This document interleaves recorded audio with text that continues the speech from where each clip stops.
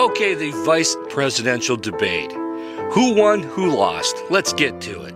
First of all, do you guys all notice that Kamala was always doing a lot of blinking and shaking her head?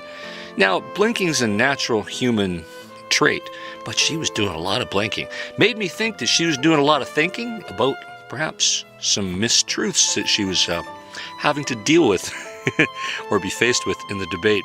Whereas the Vice President Pence, very dignified, even giving respect to his opponent, very poised, in control, not nervous at all. A very confident speaker, confident in terms of, just answering the questions. Where, Senator there, she was always shaking her fists, shaking her hands, shaking her head.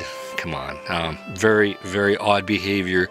And of course, she was caught in a lie about repealing taxes, which inevitably is increasing taxes. And she had to lie about that.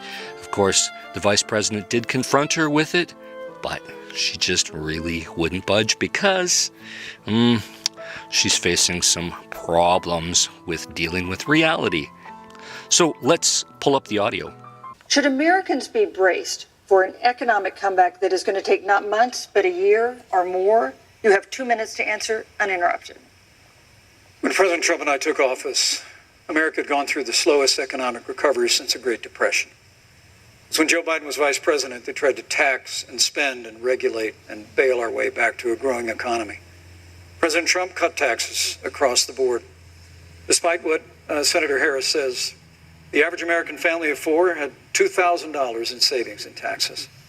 And with the rise in wages that occurred, most predominantly for blue-collar, hard-working Americans, the average household income for a family of four increased by $4,000 following President Trump's tax cuts. But America, you just heard Senator Harris tell you, on day one, Joe Biden's going to raise your taxes. It's really remarkable to think. Right after a time where we're going through a pandemic that lost 22 million jobs at the height.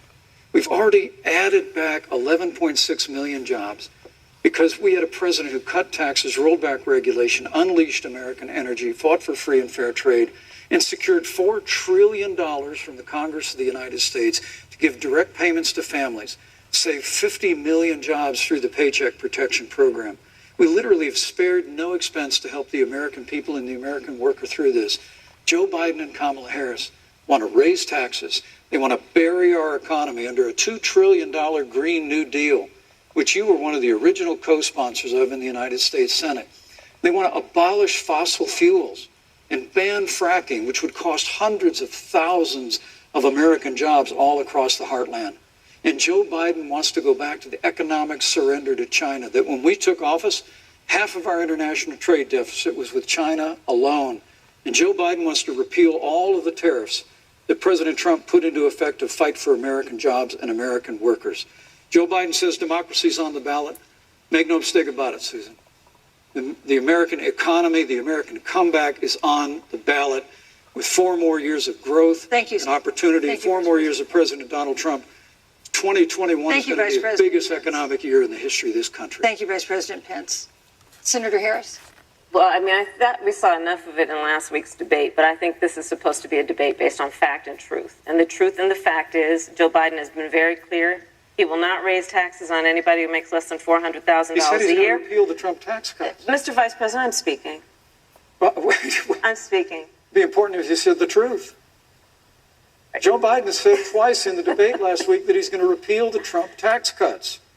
That was tax cuts that gave the average working family $2,000 in a tax break every single year. Senator, that is absolutely not true. Is he only going to repeal part of the Trump tax cuts?